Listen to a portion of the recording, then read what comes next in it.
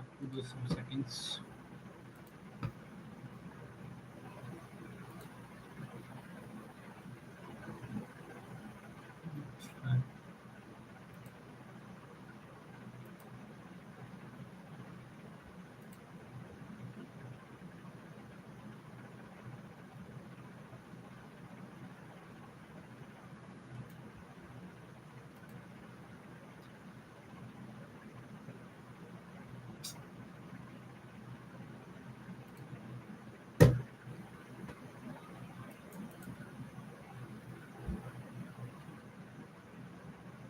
Right. Just leave it.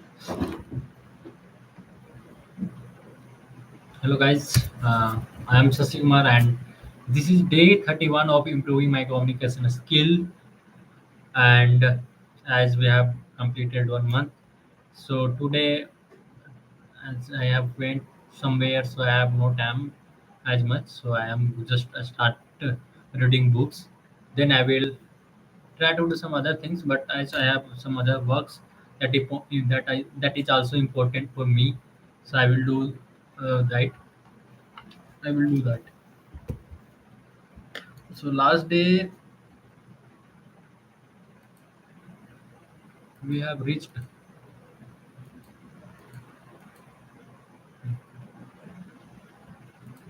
last day we reached to the means first we are reading the book Rich Dad Poor Dad by Robert T. Kiyosaki, and thanks to Kumar Priyanshu who has given me this book for reading, and we have already completed 4 chapter, and we have reached in lesson number 5, and in lesson number 5 as well as we have completed few parts, and uh, I think remaining 5 to 6 pages left, so we are going to complete this, and then from next day I will just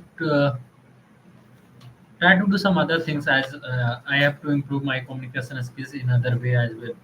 So okay, so I'm going to share my screen.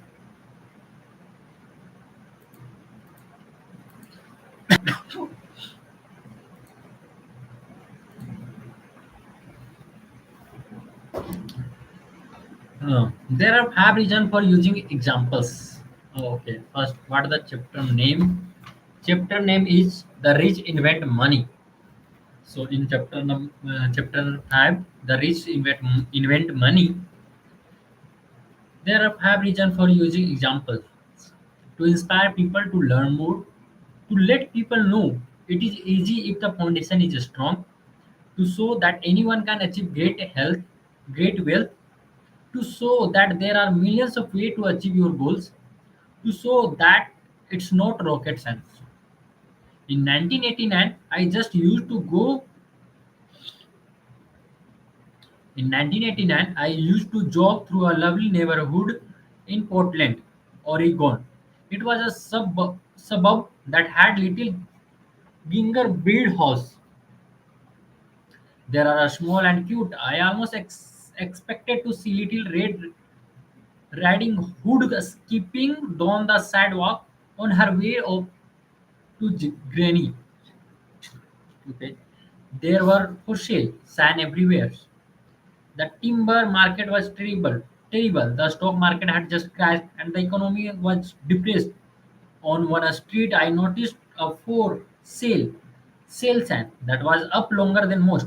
It looked old. Jogging past in it one day, I ran into the owner, who looked troubled. Who looked troubled. "What are you asking for your house?" I asked. The owner turned and smiled weakly.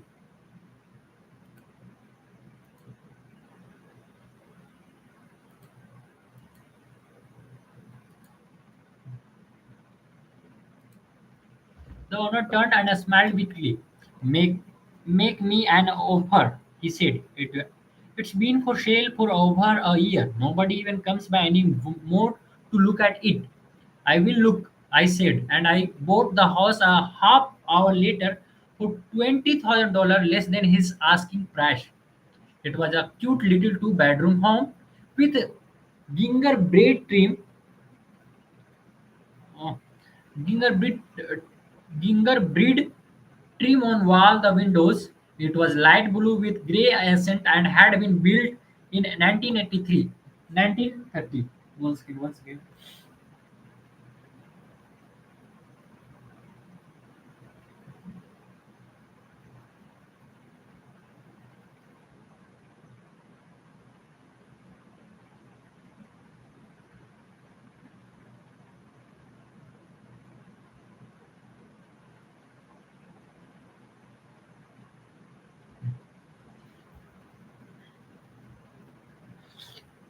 In 1930. Inside there was a beautiful rock fireplace as well as two tiny.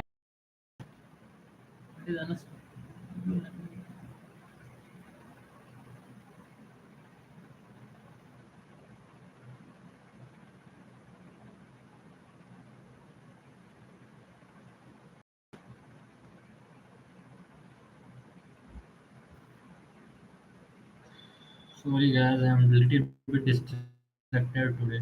The owner moved out in a week, happy to be free, and my first intent local college professor. After the mortgage expenses and management fees were paid, we put a little less than $40 in my pocket at the end of each month, hardly existing. A year later, the depression Oregon real estate market had begun to pick up. California investors, plus with money from their still booming real estate market, were moving north and buying up Oregon and Washington.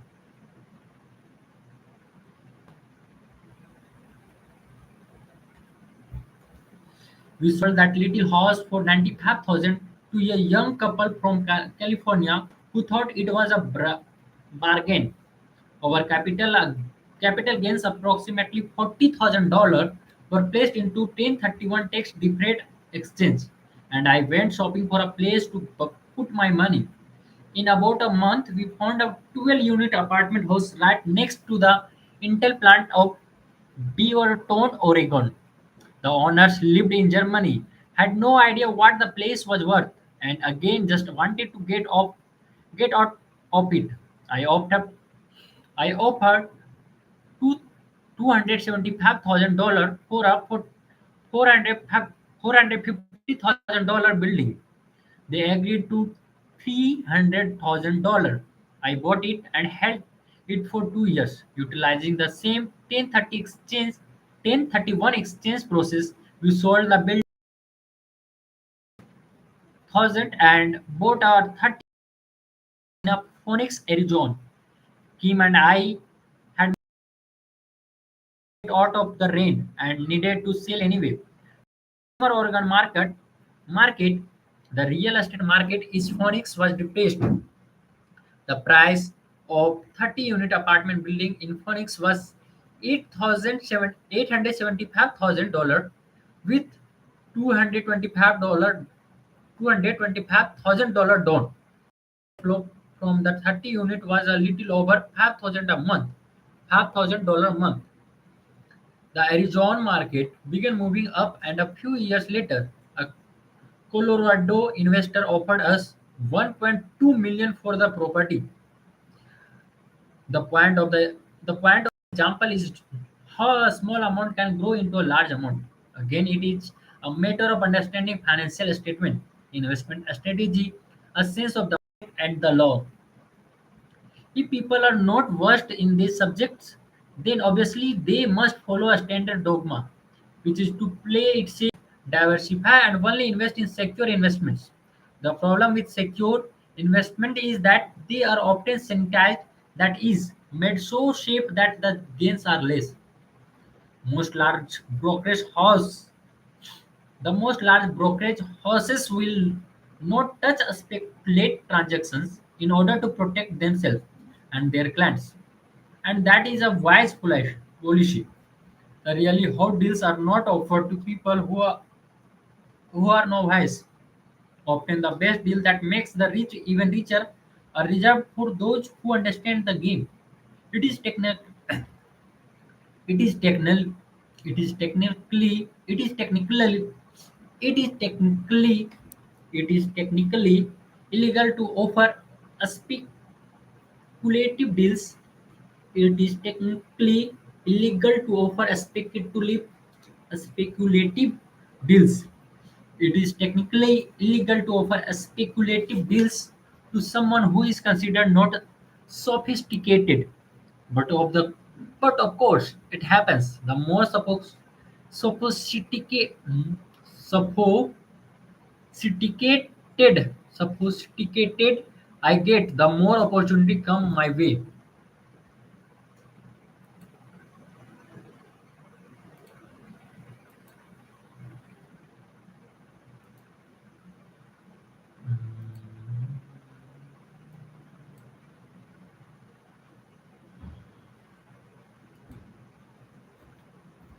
Another case for developing your finance is that more opportunities are presented to you. Financial intelligence. The easier it is to tell whether a deal is good,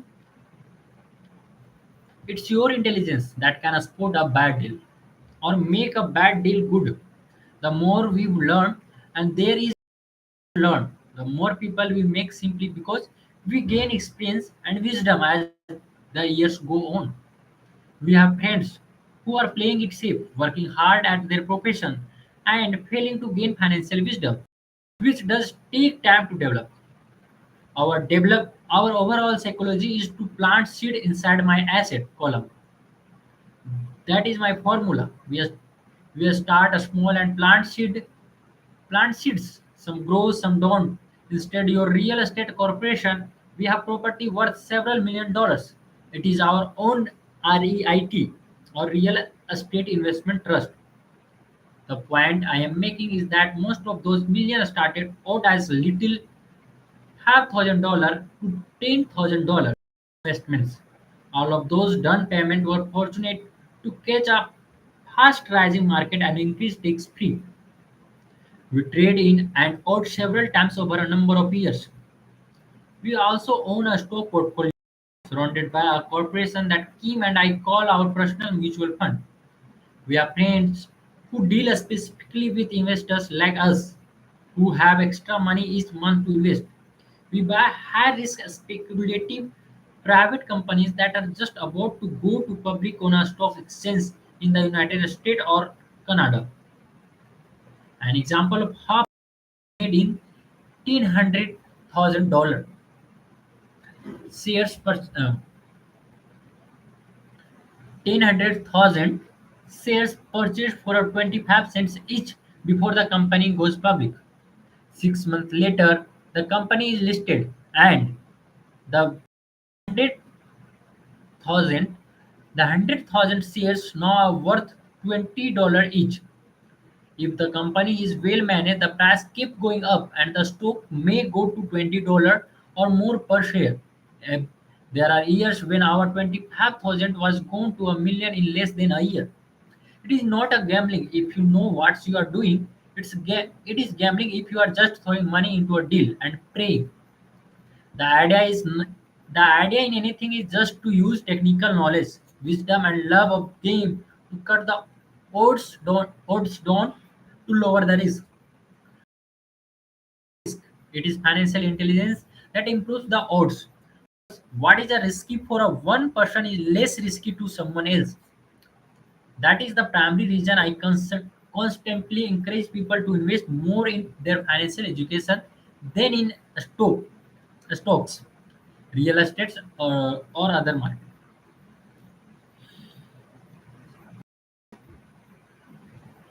The smarter you are, the better chance you have to beating the odds. The stock plays up. The stock plays. I personally invested in a very extremely high risk for most people and absolutely recommended. I have been playing that game since 1979 and have paid more than my share in dues. But if you will reread why investments such as these are high risk for most people, you may be able to set your lap up differently so that the ability to make and turn into $1 million in a year is low. As I started, as I stated earlier, nothing I have written is a recommendation. It is only used as an example of what is simple and possible. What I do What I do is a small potatoes in the grand scheme of things. Yet for the average individual, a passive income for more than thousand $100,000 a year is nice and not hard to achieve, depending on the market and how smart you are. I'm taking too much break. I think I have to as I am thinking, I am taking too much breaks between words and fumbling more. So I will be uh, patience. Continue.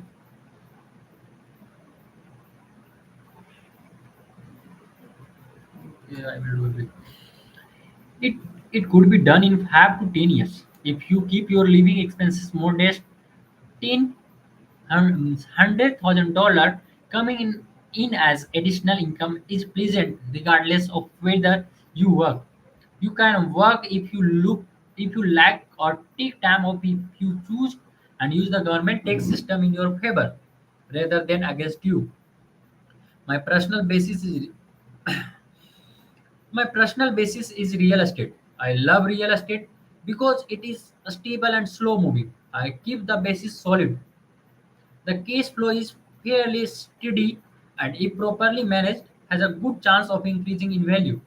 The beauty of a solid base of real estate is that it allows me to take greater risk as I do with a speculative stocks. If I make great profits in the stock market, I pay my capital gains tax on the gain and then reinvested what's left in real estate. Again, further securing my asset foundation. A last word on a real estate. I have traveled all over the world and taught investing. I in every city I hear people say you cannot buy real estate cheap. That is not my experience. Even in New York or Tokyo or just on the outskirts of the city, prime bargain prime bargains are overlooked by most people. In Singapore, with their high real estate price, there are still bargaining to be found within a short driving distance. So whenever I hear someone say, "You cannot do that here," pointing at me, I remind them that maybe the real statement is, "I don't know how to do that there, that here." It. Great opportunities are not seen with your eyes, they are seen with your mind. Most people never get wealthy simply because they are not trained financially to recognize opportunity right in front of them. I am often asked in the financial chapter of this book that I followed on the road to my financial freedom. But always remember to have fun. When you learn the rules and the vocabulary When you learn the rules and vocabulary of investing and begin to build your asset column, I think you will find that it's a fun a game as you have ever played. Sometimes you win and sometimes you learn, but have fun. Most people never win because they are more afraid of losing. That is why I found a school so silly. In a school, we learn that mistakes are made uh, in a schools, we learn that mistakes are bad and we are punished for making them. Yet, if you looked at the way humans are designed to learn, we learn by making mistakes. We learn to walk by falling down. If we will never fall down, we would never walk. The same is true for learning to ride a bike. I still have a scare of my knees, but today I can ride a bike without thinking. The same is true for getting rich. Unfortunately, the main reason most people are not rich is because they are terrified of losing. Winners are not afraid of losing, but losers are. Failure is part of the process of success. People who avoid failures also avoid success. I looked I look at money much like my game of tennis. I play hard, make mistakes, correct and more make mistakes, correct, make more mistakes, correct, and get better. If I lose the game, I reach across the net, shake off my opponent's hand, smile, and say, "See you next Saturday." There are two kinds of investor.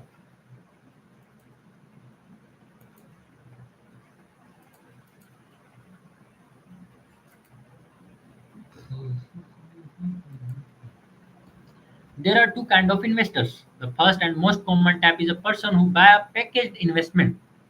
They call a retail outlet, such as a real estate company, a stockbroker, or a financial planner, and they buy something. It could be a mutual fund, a REIT, real estate information. One second. Real estate investment trust, a stock, or a bond. It is a clean and simple way to invest. An analogy would be a shopper who goes to a computer store and buy a computer right off the shelf. The second type is an investor who create investments. The investor usually assembles a deal in the same way a person who buys components builds a computer. I do not know the first thing about putting my components of a computer together, but I do know how to put piece of opportunity together or know people who know who how. The second type of investor is an investor. The second type is an investor who create investments. This investor usually assembles a deal in the same way a person who buys component components builds a computer. I do not know the first thing about putting component of a computer together, but I do know how to put a pieces of opportunity together or know how or know people who know how. It is it is the second type of investor who is more professional investor. Sometimes it may take years for all the pieces to come together, and sometimes they never do. It's this second type of investor that may reach that encouraged me to be. It is important to learn how to put the pieces together because that is where the huge wins reside and sometimes some huge losses if the tide goes against you. If you want to be the second type of investor, you need to develop three main skills and an opportunity that everyone else missed. You see with your mind what others miss with their eyes. For example, a friend bought this run-down old house. It was spooky to look at. Everyone wondered why he bought it. What he saw that we did not was that the house came with four extra empty lots. He discovered that ah, after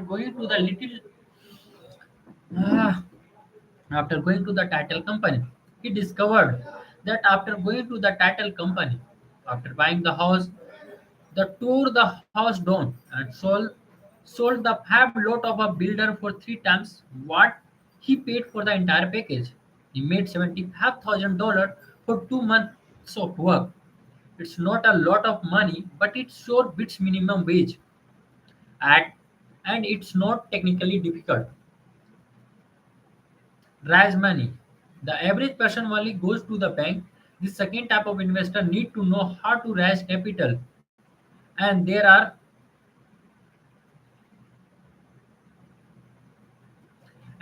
many ways to don't require a bank to get started. I learned how to buy horses without a bank. It was the learned a skills of raising money more than the horses themselves. That was priceless. A, a, a skills or to obtain. I hear people say the bank wouldn't lend me monies. Sorry guys, today I'm fumbling more just because I have little bit um little bit distracted. All too often I hear people say the bank wouldn't lend me money or I don't have the money to buy it. If you want to be a to tap to investor, you need to learn how to do that, which stop most people. In other words, a majority of people let their lack of money stop them from making a deal. If you can avoid that obstacle, you will be millions ahead of those who don't learn those skills. There have been many times I have bought a house, a stock, or an apartment building without a penny in a bank. In the bank,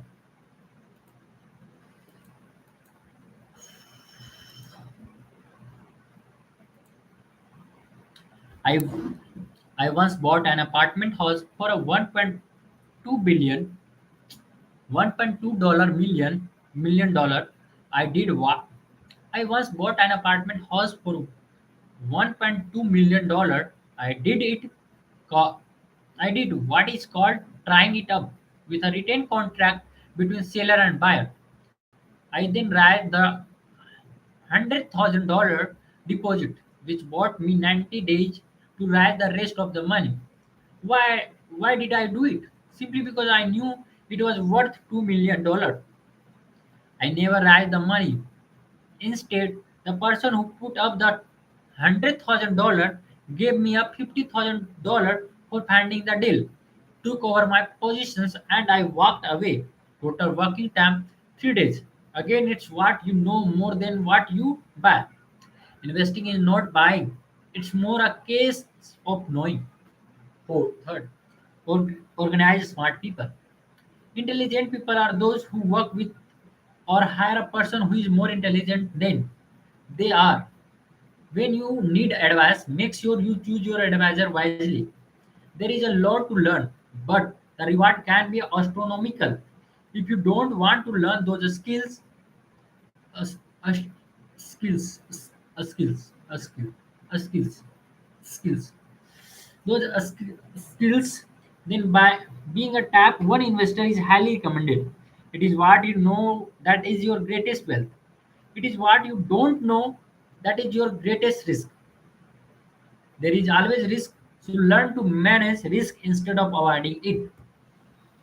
So we have completed lesson number 5. There we have just see the rich invented money. They invest. They do two type of investments. First, just normal investing in stocks and all those things. In real estate, or someone's make investments means take risk and buy some things and sell in big price, and means simply they buy some component and combine it and then sell bigger at a bigger price.